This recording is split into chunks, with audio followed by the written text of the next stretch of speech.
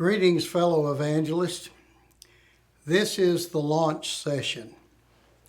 I wanted to go through this with you because this is what you'll do on the first week when you do the 3-year program with a congregation. The first thing you'll do the first night is you'll do, in the morning you'll actually do a what's called How to Get Visitors and Fallen Away Members to Come Back. This is the just a few sheets of paper that you'll give to everyone on the Sunday morning Bible class. And at the very end of it, you'll do the hopes. You'll hand everyone out one of these and one of these. This one has a PowerPoint that you should have received. And it's the only PowerPoint that you'll use unless you decide to use one when you deliver your sermon. The sermon on Sunday morning should be a sermon on faith building and hope and and mentioning about getting into the Bible every day and studying it in order to prepare yourself for God's work. Then at the end of the Bible class, you'll do the hopes. That's where you teach them how to connect. Because if they don't know how to connect to people, visitors and fallen away members are not coming back, even if you're friendly. You have to make a connection. The hopes starts out as your home. You ask people, where you're from, how long have you lived here? Do you like living here? Where were you born? That type of stuff. Those kind of questions, asking about their home. What you're looking for is connections. What I usually do is I get the rest, I'll have someone stand up and we'll go through this. And then when I've made a connection, I'll get the crowd to go ding, ding. I'll use my assistant here to the right to go ding, ding, for instance. When I meet with someone, I'll ask you, where are you from? They say, well, I'm from Kalamazoo. I said, well, I've heard about Kalamazoo. Ding, ding. And then I'll talk to them, well, where were you born? And they'll say, well, I was born in Flint, Michigan. And then I'll say, did they ever get that water problem straightened up there? Ding, ding. So see, there's a connection I'm trying to make with them. I'm interested in what they say. So all these things are going to be questions that I ask. You never really want to make much of a statement unless it's a connection that you've made. The next one is your occupation, HOPES. Occupation is, where do you work? If they say I'm retired, well, what did you do for a living? And so on. And let's say I'm talking to this person, they say, well, what did you do for a living? He said, I was a bricklayer. And I said, you know something, when I was in high school, I worked as a bricklayer's helper. Ding, ding. And I did that during one summer, and I really learned a lot about that. And they had some fun with me. They were on the scaffold, and they said, why don't you get a shovel and take that mud out of the wheelbarrow and put it up over your head into the scaffolding into our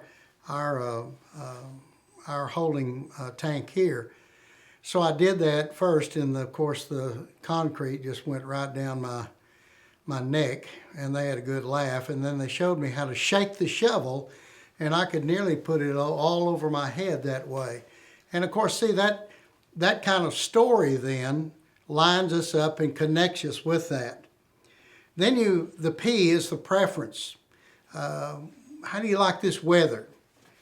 What's your favorite food? Do you like hot food or mild food or spicy food? Or do you what's your favorite football team if you're talking with a guy? Or something? There's a lot of ladies that watch football now. That type of situation. And then the next one's entertainment. What do y'all do for fun in this town? Say I'm in St. Louis, Missouri. And I asked them, what do you do for fun in St. Louis? They say, well, I like to go skydiving every weekend. or I like to play golf. Well, if they say they went going skydiving, I don't have anything that I can relate to on that except that I'm afraid of heights. But at least I say something like that, and I admire anyone that can go skydiving, so I've actually made a connection there. Ding ding. So, but if it's golf, I can say I used to play golf with a bag of golf clubs that I paid $3.50 for at a garage sale. And so I've made a connection with them. Then we get down to the story. And this is the most important part of this. What is your religious story? And they'll tell you that I was this or I was that, or I wasn't raised in any church, or, I'm kind of nervous. Well, they're very nervous being in the church building if they're a visitor. Or if you go to the door of a fallen away member and you're just asking them to come back and you don't make connections, then they're not going to really get anything out of your visit. If you talk to a visitor and you just say hi and bye, hello, thank you, glad that you're here, come back, you haven't made any connections. If when you ask them their spiritual story, you want to remember everything that they say on all of this. And people will sometimes break down in tears when they talk about their religious story. So this is an important part for you to teach. So make sure that when you teach this lesson, that you have about 15 minutes less. Use about 30 minutes on this and 15 minutes so that you can do a role play and show them how this works. Then the sermon is your choice. You do a faith-building sermon. On Sunday night, you're going to do this. You're going to do the hanger session. Now, the hanger session consists of, and by the way, you'll need to buy one of these. This is one of these giant Post-it notes. And you'll need to buy this. It costs about $35 plus tax at Office Depot or Office Max. You can't get these at Walmart. So go to the nearest Office Max and get one of these, and you can do several churches with just one of these. Now the hanger session is where you go in and again, it's acronyms like the hopes. The first letter, H, stands for history. Now you want to make sure that everyone can talk. So you want to go, say, have a 15-minute devotional on Sunday night, let people take the Lord's Supper that need to, and then have a closing prayer. Then you can go into this. The first letter is, of course, history.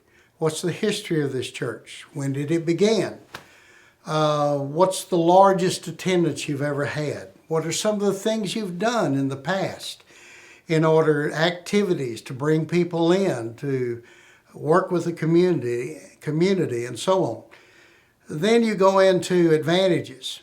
What are your advantages? A lot of them will say, well, we have a building that's paid off. That's a big advantage. I know some churches that are spending millions of dollars trying to build a church and they don't have enough money to make even ends meet at the end of the year. They'll lose their church building eventually. I know churches have gone bankrupt. And so having a church building or a place to meet is very, very important. And make them proud of what they do have. They may say, well, we have a lot of good workers here, or we have a real friendly bunch, or whatever it may be. Let them list all their advantages. Then you want to talk about their needs. What are your greatest needs? A lot of the churches we work with, their great top need is a preacher. And then maybe elders. Perhaps they need to do community outreach.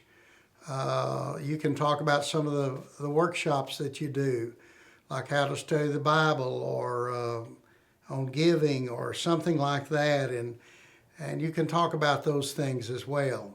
Some of them will say, well, our need is we need to fill the building. Well, that's not a need. I mean, they want to fill the building, but you have to get needs to be able to get to that point. And goals. What are your goals? Again, filling the building is not a goal. Goals are, like for instance, let's get Jesus back squarely center in this church. Or let's make a goal that everyone studies their Bible every day. Or we have a goal to, by the end of the year, we're going to fix the baptistry. Or another goal is that we want to have a campaign in a couple of years. Or whatever it may be. Get someone to write down all the goals and needs that they have, because you're going to need them at the end of this lesson. You'll either do it on a Friday, Saturday, Sunday, or Saturday and Sunday, or the more preferred way is to do it Sunday, Monday, Tuesday, and Wednesday.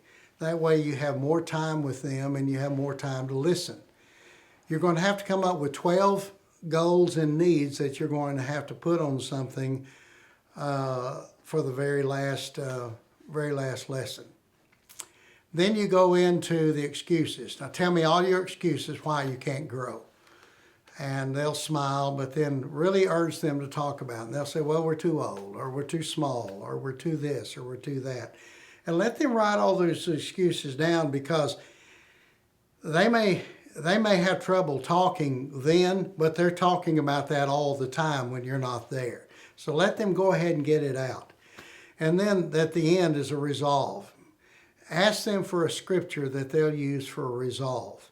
Most people will say Philippians 4:13, I can do all things through Christ that gives me strength.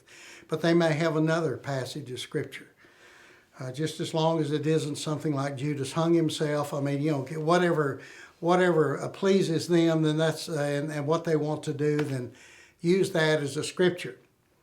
Now the next lesson is you want to go over foundations. This is the foundation books, Foundations for Disciples. There are 4 things that you use this for. For one thing, you want to encourage them to have in their Bible classes to take 2 quarters and go through the foundations. There are 17 lessons in the foundations. And after, they might even go 3 quarters. And after every 2 or 3 lessons, then just divide them up and have them practice teaching each other the foundations. You need at least 5 to 10 teams to be able to teach individually foundations when there are baptisms, or especially if you have a campaign and there are multiple baptisms. You need to follow up immediately with the foundations. We have other tools that you can use for new Christians, but those are online. But these are the ones that you'll be handing out to everyone. And remember, anywhere you go, if they need these materials, call the office and we will ship them to you, and it won't cost the church anything. And probably ask for more than what you need. If you have leftovers, then just keep them with you for the next one as well. The second thing about foundations is that they have, at the end of each lesson is an involvement section. And it teaches them some way to get involved. The first section is where that they can go and look at, they're encouraged to read the Bible every day, and some helpful hints how they can read their Bible. The second lesson is a history of the Church of Christ, or the one church is what it talks about, but it has 5 different websites that you can go to that talks about the Church of Christ for the past 2,000 years. People need to understand that. Now, we haven't been the most populated group. In fact, we've been the most persecuted group over these years, but they need to understand that. Also, you get down to the third use of this. After you go through a Bible study, if they don't respond, don't panic. Just say, well, I know you want to be a good disciple of Christ, don't you? And they'll say yes. And they say, well, let's go on into this foundations. We'll just keep studying if it's all right with you. And we'll go through this foundations. And in the foundations, there are reminders of what to do to be saved in there. But it's basically focusing on being a good disciple of Christ. They know what to do to be saved after you've gone through that with them, and they'll ask more questions and so on. But a lot of people need time, especially these days when there's so much information that are bombarding people. They don't trust hardly any source, even the Bible. And the Bible, of course, is what you want to answer every question with ultimately. If you don't know the answer to the question, just say, that's a good question, and write it down and say, I'll get back to you next week, or when we get to that point in our study, we'll discuss it. You don't have to know the answer to every single thing when you study with them, and you need to tell the members this too, because that's why they are afraid to study with their friends and neighbors. They don't have to know all the answers.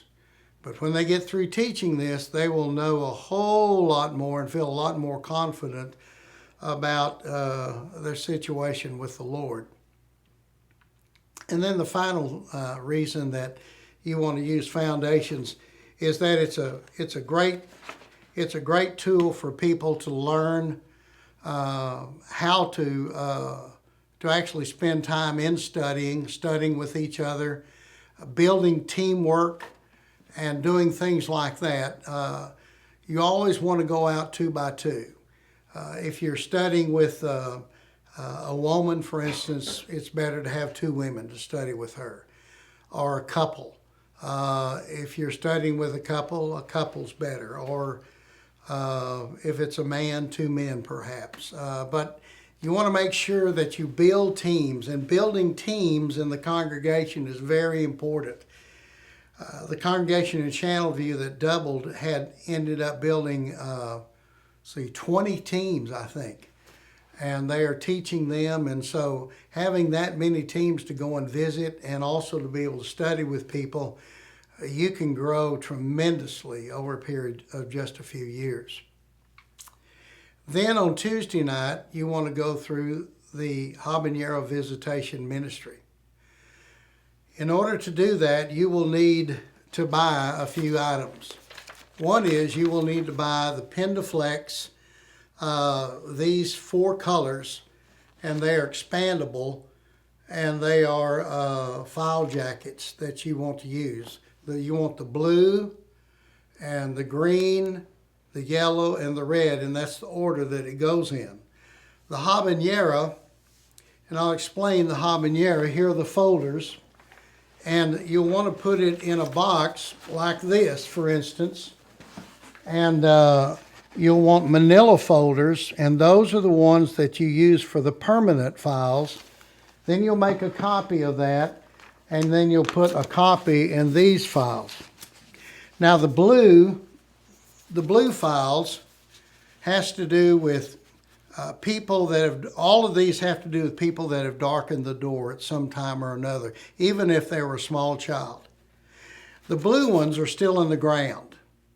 They haven't even sprouted yet. You put all these people, and you can go back 10 years, of all the people that walked through the door, and write up their name in what's called a Habanero Visitation Form. And that's in your Habanero books, and you'll want to hand out those books to everyone. Fill out the forms and put them in here. Do detective work and find out if they're still there, what their address is, their phone number. If possible, get birth dates and anniversary dates so you can send them cards. Invite them at least once a year. You want to make contact with them, even if it's just sending a card to invite them to a special event like a Friends Day, a gospel meeting, or something like that.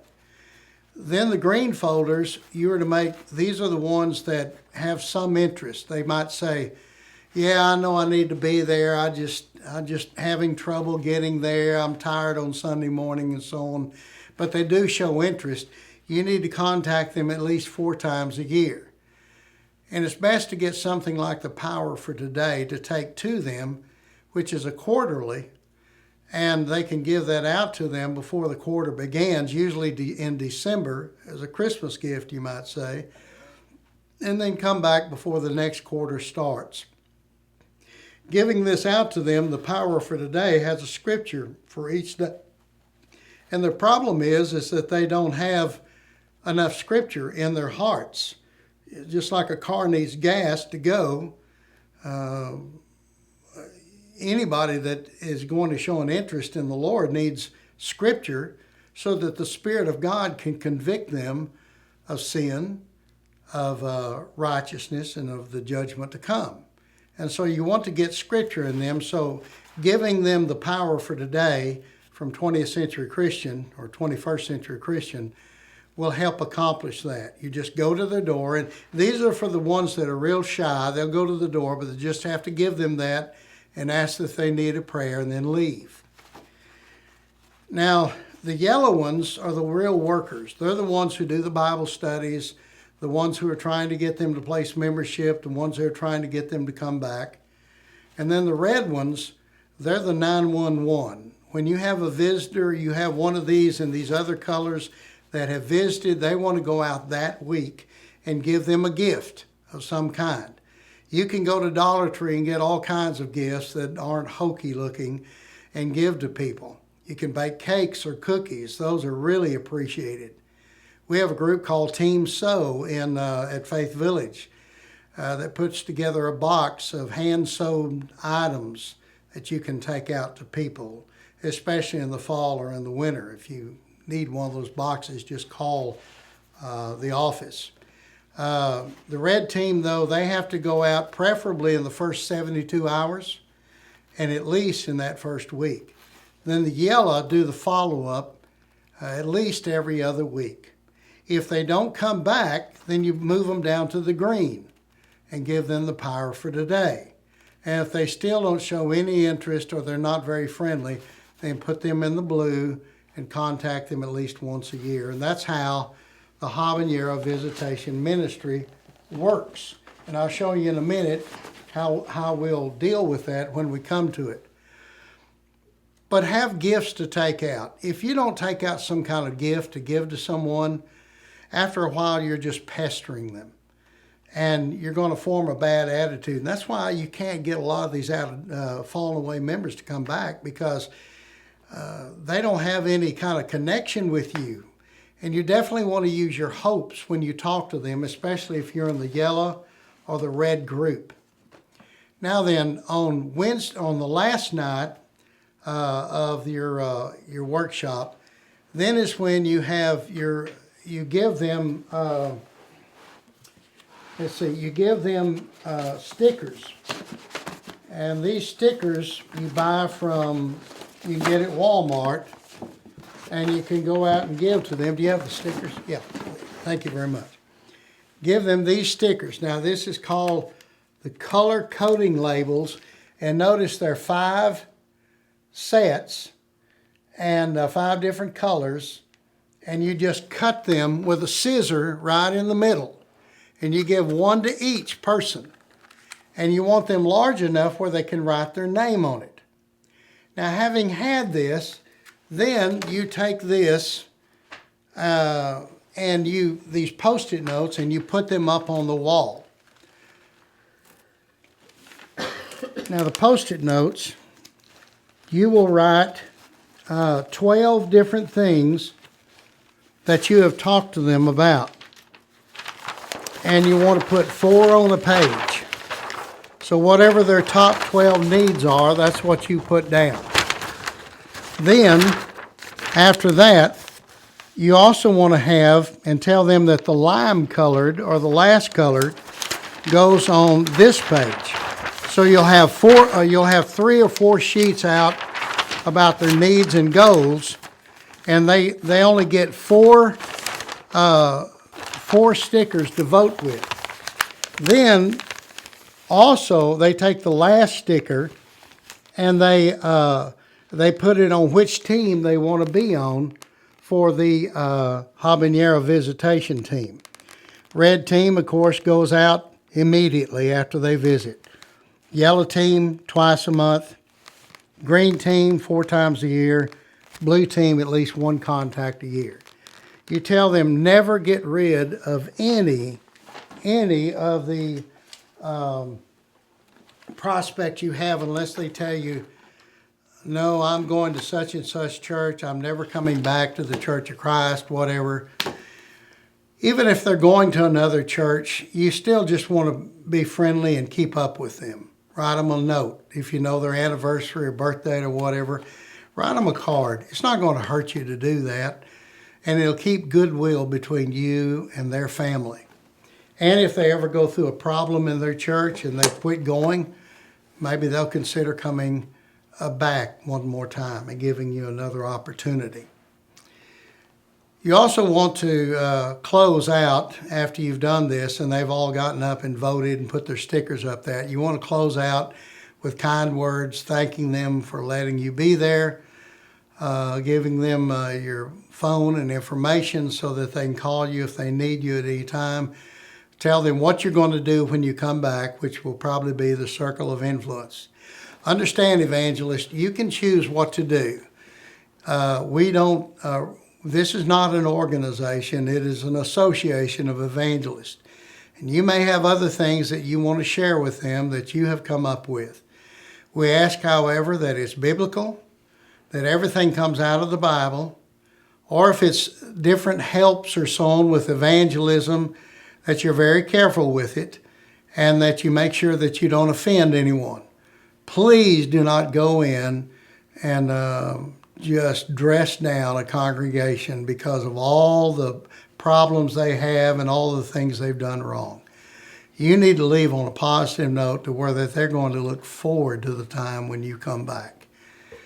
And always pray, pray, pray. In fact, I encourage them to maybe on Sunday night before it starts to spend 30 minutes in prayer, praying for all the things that they're hoping that God will do there. All the people that they have in this Habanero visitation ministry. Also in the Habanero ministry, you'll need someone to take care of this. I usually try to find a couple of women. Women are usually more organized. Now you might have a guy with OCD that's hyper organized, but usually women are more organized. But ask for volunteers and try to get someone to be over this so that you can know that it's in good hands and it'll be done. This will need to come out at services, or if they meet on Monday nights for visitation or whenever they go, make sure that someone brings this out. This is a larger one that I have.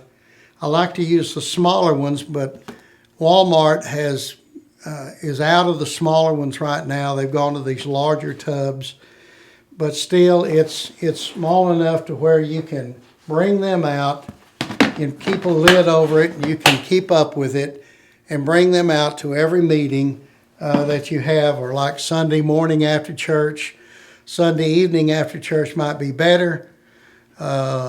Waiting until Wednesday night's not a very good thing, but if you have to, then you have to. I hope this will help you on your launch session. Of course, takeoff is the last thing you do, which we just talked about. And then you'll come back and do the circle of influence. And then after that, it's up to you and the congregation. Let them make the plans. And here's one of the most important things you need to do, besides lifting up Christ and exalting Him and giving God the glory for everything that is done. We require this of our evangelists. Never, ever, never, ever get involved in decision-making processes with the congregation. Make them make the decision. If you have 2 or 3 preachers you sent there to try out, and they ask you, which one do you think's the best? Do not tell them which one you think is the best. Let them do the work. Let them make the decisions. Never get them to the point where they depend on you to come back and to fix things for them. Remember, home mission works with the church, not for a church. We don't do the work for them. We do the work with them. May God bless you in your work. Thank you.